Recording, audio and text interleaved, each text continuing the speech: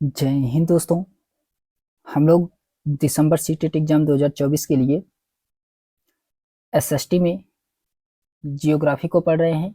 इसमें आज हम लोग चैप्टर नंबर 7 को पढ़ने वाले हैं, जो कि चैप्टर नंबर 7 इसमें मानव पर्यावरण, बस्तियां, परिवहन और संप्रेषण से जितने भी क्वेश्चन सीटेट में अभी तक पूछे गए हैं उन सभी क्वेश्चनों को हम लोग देखने वाले हैं दोस्तों। तो चलिए हम लोग देखते हैं। इसमें दिया गया है क्वेश्चन नंबर, इसमें पहला दिया गया है कि निम्नलिखित आर्थिक गतिविधियों का कार्य वर्गों के साथ सुमेलित कीजिए। तो इसमें आपको सुमेलित करके सही आंसर को चयन करना है, कौन सा इसमें आंसर सही है। तो इसमें सबसे पहले दिया गया है प्राथमिक क्रियाएं।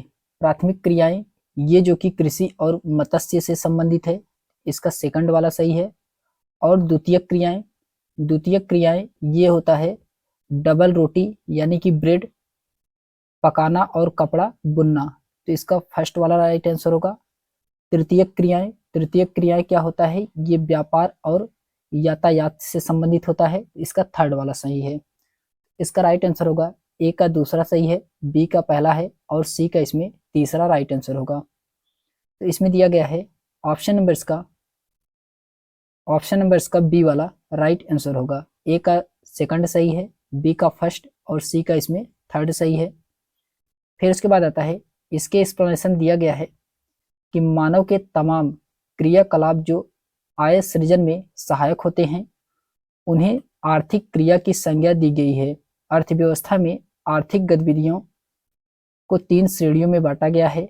इसमें प्राथमिक श्रेणी, द्वितीयक श्रेणी और तृतीयक श्रेणी। तो प्राथमिक श्रेणी के अंतर्गत हम लोग देखते हैं। सबसे पहले इसमें प्राथमिक श्रेणी के अंतर्गत यह क्षेत्र प्रत्यक्ष रूप से पर्यावरण पर निर्भर होता है। इसके अंतर्गत कृषि, मत्स्यन, पशुपालन, खनन आदि इसमें प्राथमिक क्षेत्र के अंतर्गत आते हैं। फिर उसके बाद आता है द्वितीयक श्रेणी। द्वितीयक श्रेणी में प्राथमिक क्षेत्र से प्राप्त कच्चे माल को विनिर्मित करके उत्पादन तैयार किया जाता है, जैसे गेहूं से ब्रेड बनाना, कपास से कपड़ा बनाना, ये सब द्वितीयक श्रेणी के अंतर्गत आते हैं। फिर उसके बाद आता है तृतीयक श्रेणी। तृतीयक श्रेणी इसमें विभिन्न प्रकार की सेवाओं के उत्पादन से संबंधित होते हैं, जैसे व्यापार, यातायात और बैंकिंग। ये सभी क्या होते हैं, ये सभी तृतीयक श्रेणी के अंतर्गत आते हैं। फिर उसके बाद आता है क्वेश्चन नंबर सेकंड है। क्वेश्चन नंबर सेकंड में कहा जा रहा है कि निम्नलिखित में से किस उद्योग को आधुनिक उद्योग का मेरुदंड कहा जाता है। ये इस्पात व स्टील उद्योग को, इस्पात व स्टील उद्योग के ये जो कि उद्योगों का मेरुदंड के नाम से भी जाना जाता है। फिर उसके बाद आता है, इसके एक्सप्लेनेशन दिया गया है कि इस्पात और स्टील उद्योग को आधुनिक उद्योगों का मेरुदंड कहा जाता है।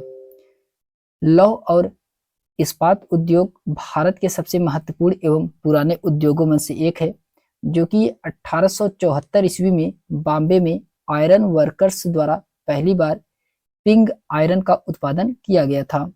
भारत, चीन और संयुक्त राज्य अमेरिका के पश्चात तीसरा सबसे बड़ा इस्पात उद्योग है। तो सबसे फर्स्ट नंबर पे आता है चीन, दूसरे नंबर पे आता है संयुक्त राज्य अमेरिका और थर्ड नंबर पे आता है भारत।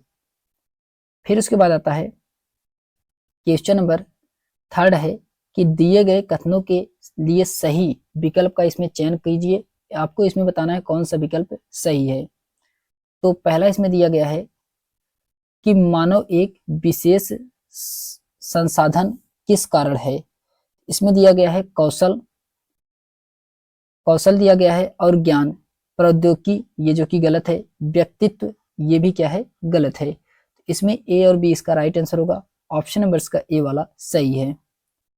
फिर उसके बाद आता है क्वेश्चन नंबर 4 है। इसमें कहा जा रहा है कि जलमार्ग के बारे में दिए गए निम्न कथनों को पढ़िए तथा उपयुक्त विकल्प का इसमें चयन करना है, कौन सा इसमें विकल्प सही है। क्वेश्चन नंबर 4 में तो इसमें दिया गया है, पहला इसमें दिया गया है कि कम दूरी यातायात के सबसे अधिक उपयोग किए जाने वाले मार्ग जलमार्ग है, जो कि ये क्या है, गलत है पहला वाला। सेकंड में कहा जा रहा है कि नव्य नदियों तथा झीलों का उपयोग अंतर्देशीय जलमार्ग के लिए होता है, जो कि सही है।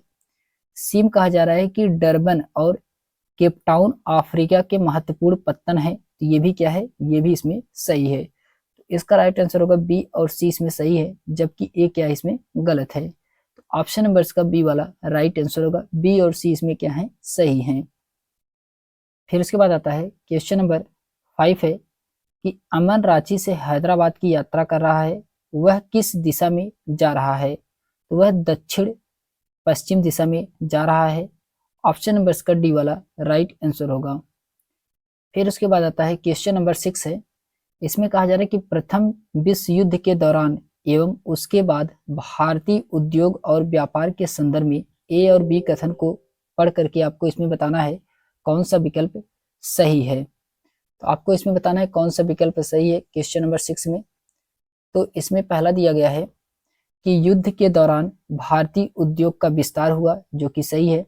बी में कहा जा रहा है कि भारतीय उद्योग सामूहिक विकास के लिए अधिक अवसर की मांग करने लगे, तो ये भी क्या है, ये भी इसमें सही है। ए और बी इसमें दोनों सही हैं, तो इसका राइट आंसर क्या होगा, ऑप्शन नंबर इसका सी वाला सही है। ए और बी इसमें क्या है, सही है। फिर उसके बाद आता है क्वेश्चन नंबर 7 है, इसमें क्षेत्रों एवं इन क्षेत्रों में परिवहन के लिए उपयोग होने वाले पशुओं का सुमेल कीजिए तथा सही विकल्प का इसमें चयन करना है, कौन सा विकल्प इसमें सही है क्वेश्चन नंबर 7 में। तो इसमें कहा जा रहा है कि एंडीज पर्वत ये जो कि लामा ऑप्शन नंबर इसका सी थर्ड सही है। तिब्बत ये याक से संबंधित है, चौथा सही है। भारतीय मरुस्थल ये जो कि ऊंट और बैल यहाँ पे होते हैं, ऊंट और बैल पहला सही है। और भारतीय पहाड़ ये जो कि खच्चर और गधे यहाँ पे इस्तेमाल किए जाते हैं, तो इसका दूसरा सही है।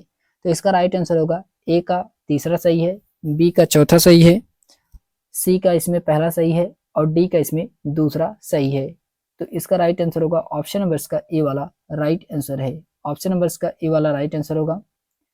फिर उसके बाद आता है, इसके एक्सप्लेनेशन दिया गया है एंडीज पर्वत ये जो कि लामा, तिब्बत याक, भारतीय मरुस्थल ऊंट और बैल, भारतीय पहाड़ ये जो कि खच्चर और गधे। एंडीज पर्वत ये लामा यह एक कैमिडिल पशु है। तिब्बत याक, इसे तिब्बत का बैल भी कहा जाता है याक को। इसका वैज्ञानिक नाम बॉस गर्निस है। फिर उसके बाद आता है भारतीय मरुस्थल ऊंट को रेगिस्तान का भी जहाज कहा जाता है। और भारतीय पहाड़ ये जो कि खच्चर और गधे यहाँ पे प्रयोग किए जाते हैं। फिर उसके बाद आता है क्वेश्चन नंबर 8 है कि दिए गए ए और आर को पढ़ करके इसमें आपको सही विकल्प का चयन करना है, कौन सा इसमें सही है ए और आर में। इसमें पहला दिया गया है कि गंगा ब्रह्मपुत्र बेसिन के पर्वतीय क्षेत्र में कम लोग रहते हैं, जो कि सही है।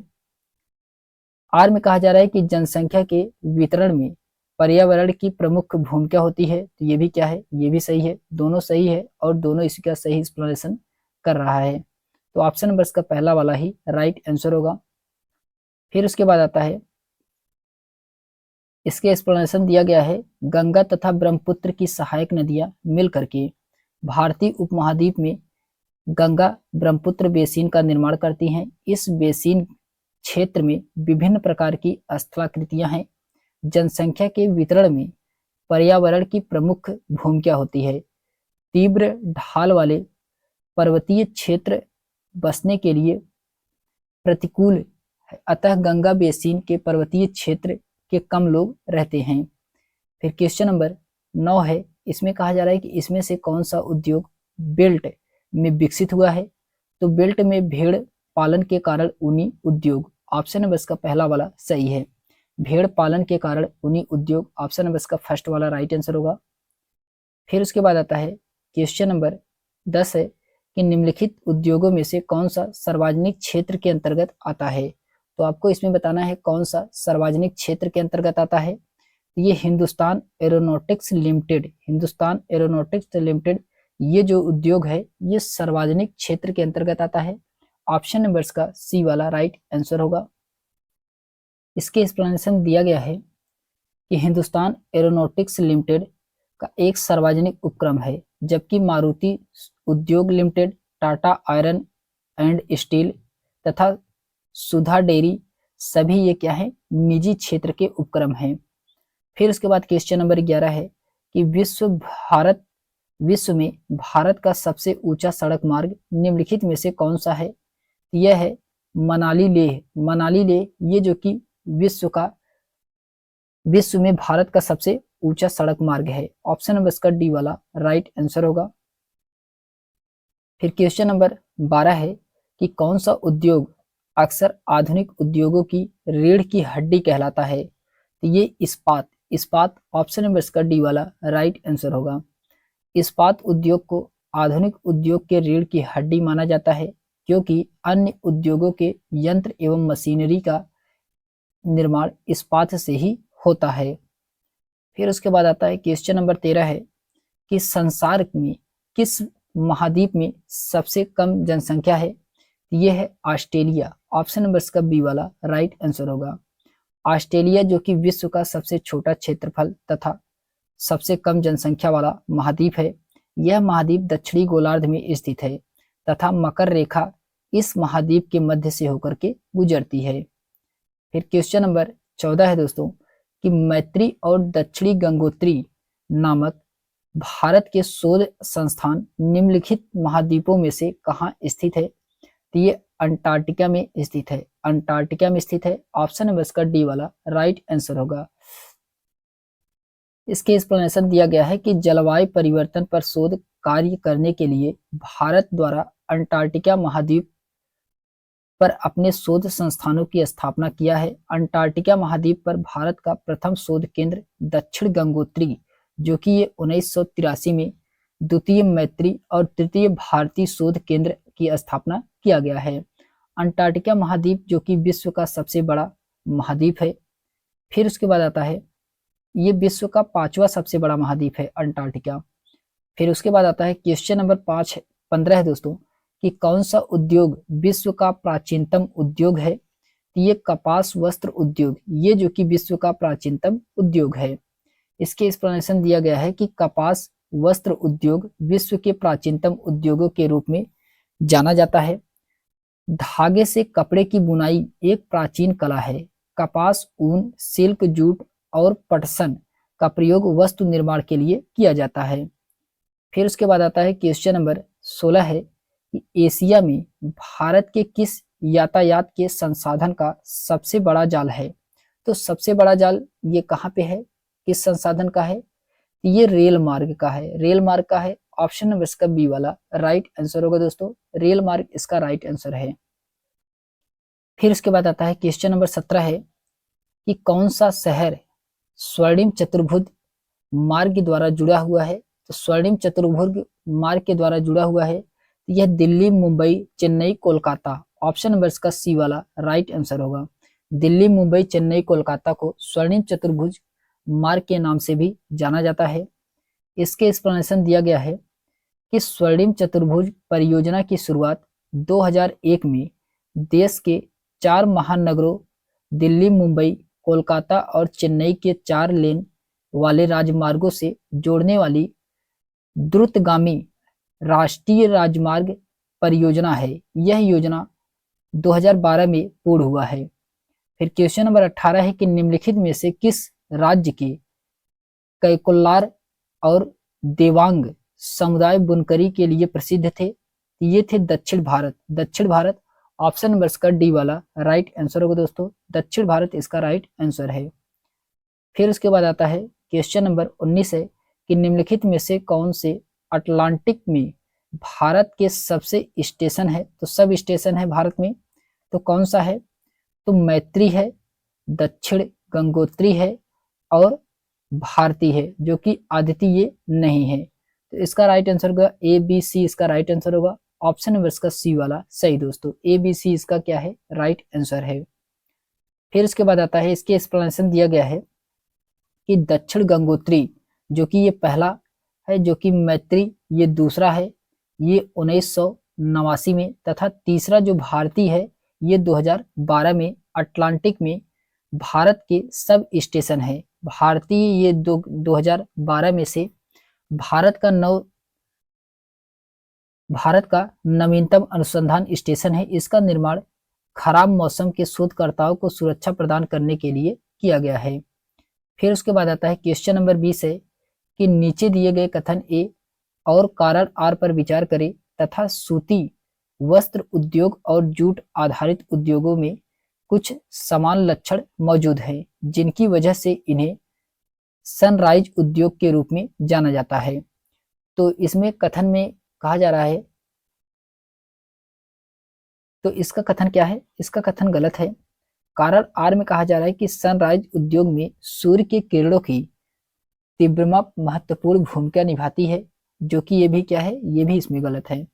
कथन ए भी गलत है इसमें और कारण आर भी गलत है। तो इसमें दोनों गलत हैं। ऑप्शन नंबर इसका डी वाला यही इसका राइट आंसर होगा। ए और आर इसमें क्या है, दोनों गलत हैं। इसके एक्सप्लेनेशन दिया गया है, उभरते हुए उद्योग सनराइज उद्योग के नाम से भी जाने जाते हैं। इसमें सूचना प्रौद्योगिकी, स्वरूप, लाभ, सत्कार तथा ज्ञान से संबंधित उद्योग शामिल है। इसका संबंध सूती उद्योग और जूट आधारित उद्योग से नहीं है। इस उद्योग में सूर्य के किरणों की महत्वपूर्ण भूमिका होती है, यह भी सही नहीं है। फिर उसके बाद आता है उद्योग का संबंध आर्थिक गतिविधियों से है, जो कि वस्तु के उत्पादन, खनिजों के निष्कर्षण अथवा सेवाओं की व्यवस्था से संबंधित है। इस प्रकार लोहा और इस्पात उद्योग वस्तुओं के उत्पादन से संबंधित है। कोयला खनन उद्योग कोयले को धरती से निकालने से संबंधित है तथा पर्यटन सेवा देने से संबंधित उद्योग है।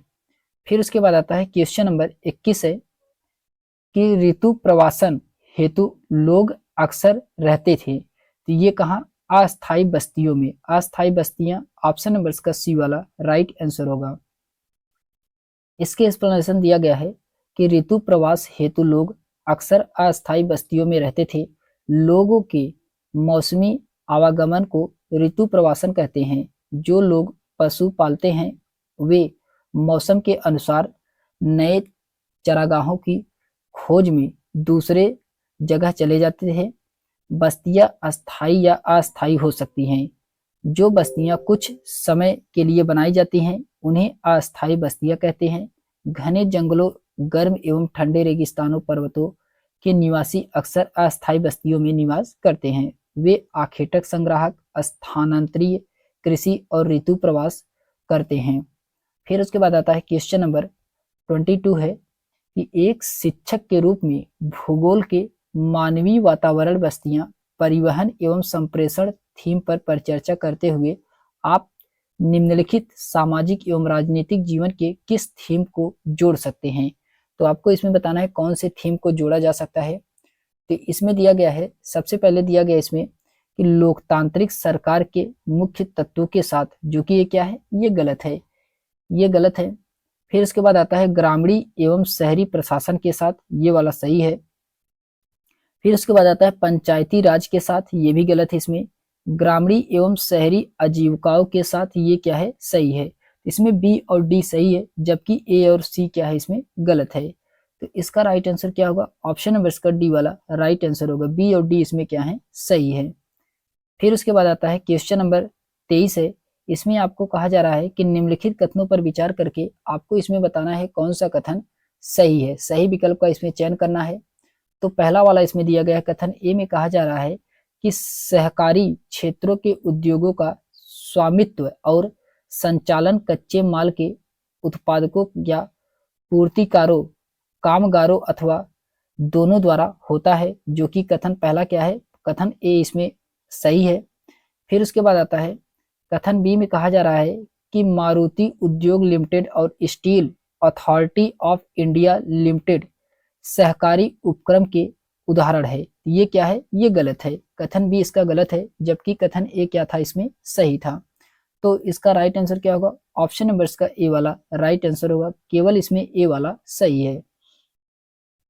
फिर उसके बाद आता है क्वेश्चन नंबर 24 है। इसमें कहा जा रहा है कि एक प्रारंभिक स्तर की कक्षा में जनसंख्या पिरामिड की सहायता से निम्न में से कौन से उप विषय पढ़ाए जा सकते हैं। तो आपको इसमें बताना है कौन सा उप विषय पढ़ाया जा सकता है। तो इसमें पहला दिया गया है कि जन्म एवं मृत्यु दर, जो कि सही है। महिला एवं पुरुषों की जनसंख्या की तुलना, ये भी क्या है, ये भी इसमें सही है। बढ़ती श्रमिक संख्या, ये भी इसमें सही है। प्रवसन रूप यानी कि देश के भीतर, ये क्या है, ये इसमें गलत है। तो ए बी सी इसमें सही है, जबकि डी इसमें क्या है, गलत है। तो ऑप्शन नंबर इसका ए वाला राइट आंसर होगा। ए और बी सी इसमें क्या है, सही है। फिर उसके बाद आता है, इसके एक्सप्लेनेशन दिया गया है कि एक प्रारंभिक स्तर की कक्षा में जनसंख्या पिरामिड की सहायता से निम्न उप विषय पढ़ाए जा सकते हैं। जन्म एवं मृत्यु दर, महिला एवं पुरुषों की जनसंख्या की तुलना, बढ़ती श्रमिक संख्या।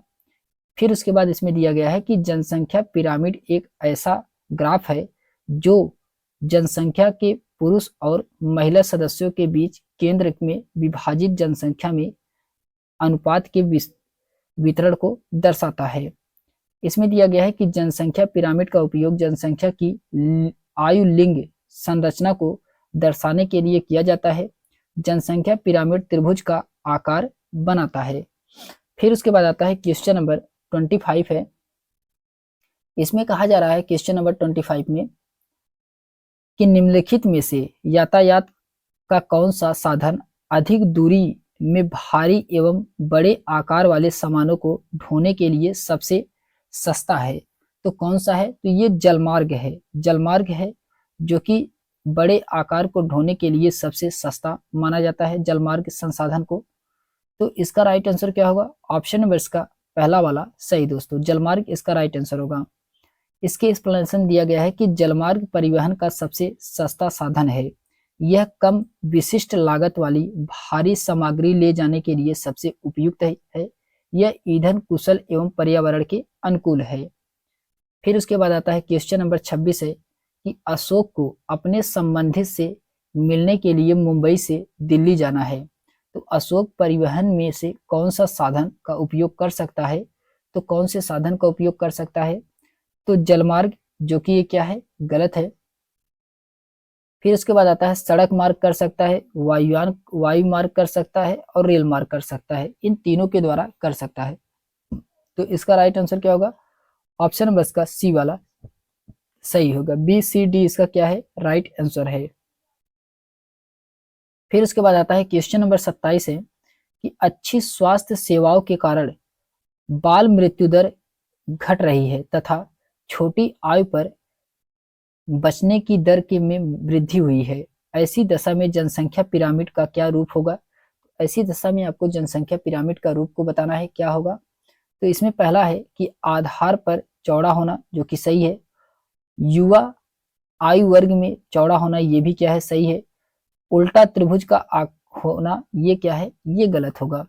तो उल्टा त्रिभुजकार होगा, तो ये क्या है, इसमें गलत है। तो पहला और दूसरा इसमें क्या है, सही है। ऑप्शन नंबर इसका ए वाला राइट आंसर होगा। केवल इसमें पहला और दूसरा वाला सही है। फिर उसके बाद आता है क्वेश्चन नंबर 28 है। इसमें कहा जा रहा है कि अध्यापिका अपनी कक्षा में जनसंख्या विषय पर कार्य कर रही थी। उन्होंने छात्रों को दो समय बिंदुओं के बीच एक विशेष क्षेत्र में जन्म, मृत्यु, आप्रवास एवं उत्प्रवास का प्रयोग करके जनसंख्या में वृद्धि की गणना करने को कहा। वह निम्नलिखित में से कौन सी संकल्पना पर कार्य दे रही है। तो कौन सी संकल्पना पर कार्य दे रही है, तो यह दे रही है दोस्तों जनसंख्या की प्राकृतिक वृद्धि पर। जनसंख्या की प्राकृतिक वृद्धि पर ऑप्शन नंबर का सी वाला राइट आंसर होगा। फिर उसके बाद आता है क्वेश्चन नंबर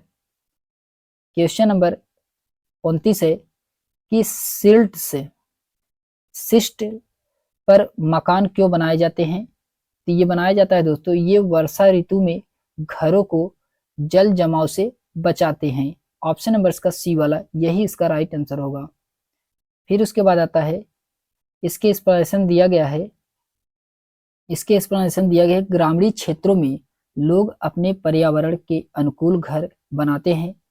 अत्यधिक वर्षा वाले क्षेत्र में ढाल वाली छत बनाते हैं। जिन स्थानों में वर्षा के समय जल का जमाव होता है वहां ऊंचे प्लेटफॉर्म अथवा सिल्ड्स पर घर बनाए जाते हैं। वे स्थान जहां भवन और बस्तियां विकसित होती हैं उसे बसाव स्थान कहते हैं। इसमें आदर्श बसाव स्थान के लिए प्राकृतिक दशाएं, अनुकूल जलवायु, जल की उपलब्धता, उपयुक्त भूमि और उपजाऊ मिट्टी होने आवश्यक है। फिर क्वेश्चन नंबर 30 है। इसमें कहा जा रहा है कि एक अध्यापिका अपनी कक्षा में जनसंख्या और उसके संगठन के संदर्भ में पढ़ा रही थी। वह अपने छात्रों को जनसंख्या पिरामिड दिखाती है जो अपने आधार पर चौड़ा है तथा ऊपर की ओर बढ़ते हुए सकरा हो रहा है। निम्नलिखित में से किस देश की जनसंख्या पिरामिड का वह प्रयोग कर रही है? तो वह केन्या का प्रयोग कर रही है। किसका? केन्या का प्रयोग कर रही है। ऑप्शन नंबर इसका सी वाला राइट आंसर होगा। फिर उसके बाद आता है क्वेश्चन नंबर 31 है कि निम्नलिखित में से कौन सा युग्म भारत में इस्पात उत्पादन केंद्र के संदर्भ में विषम है? तो भारत के इस्पात उत्पादन के केंद्र में आपको बताना इसमें से कौन सा विषम है। तो पहला दिया गया है कि अलीगढ़ उत्तर प्रदेश। अलीगढ़ उत्तर प्रदेश ऑप्शन नंबर का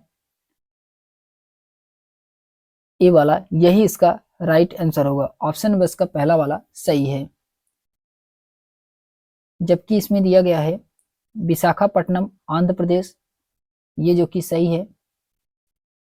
फिर उसके बाद आता है सलेम तमिलनाडु, ये भी सही है। फिर विजयनगर कर्नाटक, ये भी क्या है? ये भी इसमें सही है।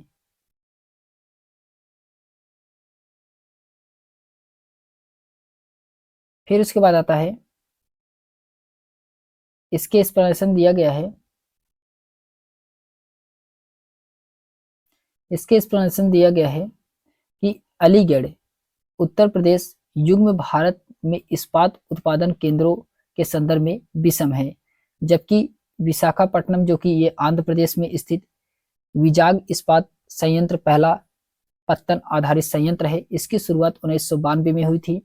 विजयनगर इस्पात संयंत्र ये कर्नाटक में है। सलेम तमिलनाडु इस्पात, इसकी शुरुआत 1982 में हुआ था। फिर उसके बाद आता है क्वेश्चन नंबर 32 है कि यातायात के संसाधनों के संदर्भ में निम्नलिखित कथनों को पढ़ें और सही विकल्प का इसमें चयन करना है। कौन सा इसमें सही है यातायात के संदर्भ में? तो इसमें पहला दिया गया है कि कम दूरी यातायात के लिए सबसे अधिक उपयोग की जाने वाली सड़कें सड़क मार्ग है, जो कि क्या है? पहला वाला सही है। बीम कहा जा रहा है अधिक दूरी पर भारी व बड़े आकार वाले सामानों को ढोने के लिए जलमार्ग सबसे सस्ता है, तो ये भी क्या है? ये भी इसमें सही है। सीम कहा जा रहा है कि आगम्य और दुर्गम क्षेत्रों में पहुंचाने के लिए रेल मार्ग बहुत ही सहायक होता है, ये क्या है? ये इसमें गलत है। फिर उसके बाद सीम डी में कहा जा रहा है कि वायु यातायात सबसे महंगा है तथा दुर्गम व दुरूह स्थानों तक पहुंचने का एकमात्र साधन है, ये क्या है? ये सही है। इसमें ए बी और डी इसका सही है, जबकि इसमें सी क्या है? सी इसमें गलत है। तो इसका राइट आंसर क्या होगा? ऑप्शन नंबर इसका डी वाला राइट आंसर होगा। फिर उसके बाद आता है क्वेश्चन नंबर 33 है कि ए बी सी को आपको पढ़ करके इसमें आपको सही विकल्प का इसमें चयन करना है। कौन सा विकल्प इसमें सही है? तो पहला है इसमें कि मानव बस्तियां इस बात को दर्शाती है कि किसी प्रकार मानव अपने वातावरण को अपने अनुकूल बनाया है, जो कि ये क्या है? सही है। पहला वाला इसका सही है। बीम कहा जाए एक आदर्श बसाव स्थान चुनाव में प्राकृतिक दशाओं का कोई योगदान नहीं है, जो कि ये क्या है? ये गलत है। सीम कहा जा रहा है केवल जब मनुष्य ने फसलें उगाना प्रारंभ किया तब उनके लिए अस्थायी घर बनाना आवश्यक हो गया, ये क्या है? ये भी इसमें क्या है? सही है। तो ए और सी इसका सही है। ऑप्शन नंबर का सी वाला राइट आंसर होगा। ए और सी इसमें क्या है? सही है। फिर उसके बाद आता है क्वेश्चन नंबर 34 है। इसमें कहा जा रहा है कि मानवीय बस्तियों के लिए आदर्श बसाव स्थान के चयन के लिए निम्नलिखित में से कौन सी परिस्थिति उपयुक्त हैं? तो आपको इसमें बताना है कौन सी परिस्थिति उपयुक्त है। तो इसमें पहला दिया गया है कि अनुकूल जलवायु, ये क्या है? सही है। फिर जल की उपलब्धता, ये भी क्या है? सही है। उपयुक्त भूमि ये भी सही है। अनुपजाऊ मिट्टी ये क्या है, ये गलत है, अनुपजाऊ मिट्टी इसमें गलत है। तो ऑप्शन नंबर इसका सी वाला राइट आंसर होगा। केवल ए बी सी इसमें क्या है, सही है। फिर उसके बाद आता है क्वेश्चन नंबर 35 है कि विकल्प में कहा जा रहा है कि ए और बी को पढ़ करके आपको इसमें सही उत्तर का चयन करना है। कौन सा उत्तर इसमें सही है विकल्प ए और बी में। तो पहला इसमें कहा जा रहा है कि संयुक्त क्षेत्रों के उद्योग का स्वामित्व संचालन राज्यों और व्यक्तियों अथवा व्यक्तियों के समूह द्वारा होता है, जो कि पहला वाला क्या है इसका, पहला वाला इसका सही है, पहला वाला इसका सही है। बी में कहा जा रहा है कि अमूल डेयरी संयुक्त क्षेत्र का उद्योग है, ये गलत है इसमें। तो बी वाला इसका गलत है, जबकि ए वाला क्या है इसमें सही है। तो इसका राइट आंसर क्या होगा, ऑप्शन नंबर इसका सी वाला सही है। ए इसमें सत्य है, बी क्या है, असत्य है। फिर उसके बाद आता है इसके एक्सप्लेनेशन दिया गया है, संयुक्त क्षेत्र के उद्योग का स्वामित्व व संचालन राज्यों और व्यक्तियों अथवा व्यक्तियों के समूहों के द्वारा होता है। अमूल डेयरी संयुक्त क्षेत्र का उद्यम नहीं, अपितु यह सहकारी उद्योग का क्षेत्र का उद्यम है। सहकारी क्षेत्र के उद्योगों के स्वामित्व या प्रबंधन व्यक्तियों के समूह द्वारा किया जाता है। उद्योगों के स्वामित्व व प्रबंधन के आधार पर 4 क्षेत्रों में वर्गीकरण किया गया है। पहला है कि सार्वजनिक क्षेत्र का उद्योग, दूसरा निजी क्षेत्र का उद्योग, तीसरा संयुक्त क्षेत्र के उद्योग और चौथा क्या है, सहकारी क्षेत्र के उद्योग। फिर उसके बाद आता है क्वेश्चन नंबर 36 है कि नीचे दिए गए कथन को पढ़ें। कथन ए दिया गया है और बी दिया गया है। ए में कहा जा रहा है कि भारतीय कपड़ा उद्योग का पतन यूरोपीय और अमेरिकी कपड़ा उद्योग से मिल रही कड़ी प्रतिस्पर्धा के कारण हुआ है, जो कि क्या है, पहला वाला इसका क्या है, गलत है। बी में कहा जा रहा है कि भारतीय कपड़ा उद्योग का पतन ब्रिटेन में भारत से आने वाले कपड़े पर भारी सीमा शुल्क थोपे जाने के कारण हुआ है, ये क्या है, ये सही है। बी वाला इसका सही है, जबकि ए क्या है इसमें, ए इसमें गलत है। तो ऑप्शन नंबर इसका बी वाला राइट आंसर होगा। ए इसमें गलत है, बी इसमें क्या है, सही है। फिर उसके बाद आता है क्वेश्चन नंबर 37 है कि हजारों साल पहले लोगों ने रेशम मार्ग यानी कि सिल्क रूट की यात्रा किस माध्यम से की थी। तो किस माध्यम से किया गया था, तो ये किया गया था दोस्तों, पहला इसमें दिया गया है कि पैदल, जो कि सही है। घोड़े की सवारी ये भी सही है। ऊंट की सवारी ये भी सही है। बैलगाड़ी दिया गया है, बैलगाड़ी ये जो कि क्या है, गलत है। तो पैदल, घोड़े की सवारी और ऊंट की सवारी के द्वारा किया गया था। तो इसका राइट आंसर होगा ऑप्शन नंबर इसका ए वाला राइट आंसर होगा। ए बी सी इसमें क्या है, सही है। फिर उसके बाद आता है क्वेश्चन नंबर 38 है कि निम्नलिखित में से कौन सा कृषि आधारित उद्योग नहीं है। तो आपको बताना है इसमें से कौन सा कृषि आधारित उद्योग नहीं है। तो मत्स्य तेल निर्माण उद्योग, ये जो कि कृषि पर आधारित नहीं है। ऑप्शन नंबर इसका सी वाला यही इसका राइट आंसर होगा। फिर इसके बाद आता है क्वेश्चन नंबर 39 है कि स्वर्ण चतुर्भुजीय महामार्ग निम्नलिखित में से किन को जोड़ता है। ये दिल्ली मुंबई चेन्नई कोलकाता को जोड़ता है। तो ऑप्शन नंबर इसका पहला वाला राइट आंसर होगा। फिर उसके बाद आता है क्वेश्चन नंबर 40 है कि इन वक्तव्यों पर विचार करके आपको सही विकल्प का इसमें चयन करना है, कौन सा इसमें सही है। क्वेश्चन नंबर 40 में तो इसमें पहला इसमें दिया गया है कि जनसंख्या पिरामिड का चौड़ा आधार भविष्य में बढ़ती हुई श्रमिक शक्ति का संकेत देता है, जो कि सही है। बी में कहा जा रहा है कि एक देश जनसंख्या में बड़ी जनसंख्या छोटे बच्चों की संख्या होने से देश के लिए श्रम बाजार में आर्थिक लाभ की स्थिति होती है, जो कि ये क्या है, गलत है। सी में कहा जा रहा है कि जनसंख्या पिरामिड का आधार मृत्यु स्तर और शिखर जन्म संख्या दर्शाता है, जो कि ये भी क्या है, ये भी इसमें गलत है। तो ऑप्शन नंबर इसका केवल पहला वाला ही सही है। ऑप्शन नंबर इसका सी वाला यही इसका राइट आंसर होगा। इसमें क्या है, केवल इसमें पहला वाला सही है।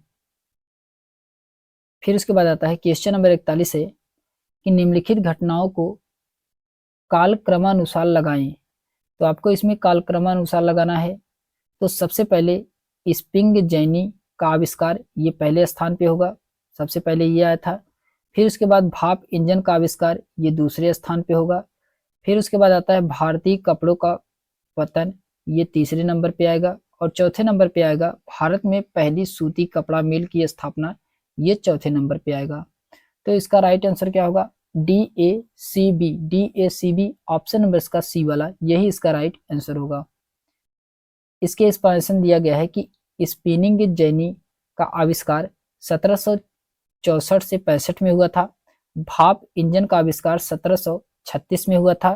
फिर उसके बाद आता है भारतीय कपड़ों का पत्तन 19वीं शताब्दी के प्रारंभ में हुआ था। फिर भारत में पहली सूती कपड़ा मिल की स्थापना 1854 में हुआ था। फिर उसके बाद आता है क्वेश्चन नंबर 42 है कि जनसंख्या पिरामिड के संदर्भ में निम्नलिखित में से क्या इसमें सही है। तो जनसंख्या पिरामिड के संदर्भ बताना है आपको इसमें से क्या सही है। तो पहला इसमें दिया गया है कथन कि कुल जनसंख्या विभिन्न आयु के वर्गों में विभाजित होती है, जैसे 5 से 9 वर्ष और 10 से 14 वर्ष इत्यादि, जो कि पहला वाला क्या है? सही है। बीम कहा जा रहा है कुल जनसंख्या का प्रतिशत इन वर्गों में से प्रत्येक वर्ग में पुरुष और स्त्रियां उपविभाजित होते हैं, तो ये भी क्या है? ये भी इसमें सही है। सी में कहा जा रहा है जनसंख्या की आयु लिंग संरचना के आशय विभिन्न आयु वर्गों में केवल महिलाओं की जनसंख्या से है, ये क्या है? ये इसमें गलत है। ए और बी इसमें सही है, जबकि सी इसमें क्या है? गलत है। ऑप्शन नंबर इसका ए वाला राइट आंसर होगा। ए और बी इसमें क्या है? सही है। फिर उसके बाद आता है इसके एक्सप्लेनेशन दिया गया है कि जनसंख्या पिरामिड एक देश की जनसंख्या की आयु की लिंग संरचना को दर्शाता है। कुल जनसंख्या विभिन्न आयु के वर्गों में विभाजित होती है, जैसे 5 से 9 वर्ष और 10 से 14 वर्ष इत्यादि। कुल जनसंख्या का प्रतिशत इन वर्गों में से प्रत्येक वर्ग पुरुष व स्त्रियां उप विभाजित होती हैं। अधिकांश आबादी 0 से 14 वर्ष के आयु के बीच में होती है, जो हमें बताती है कि देश की प्रजनन दर उच्च और जनसंख्या उप स्थापित प्रजनन दर स्तर ऊपर है।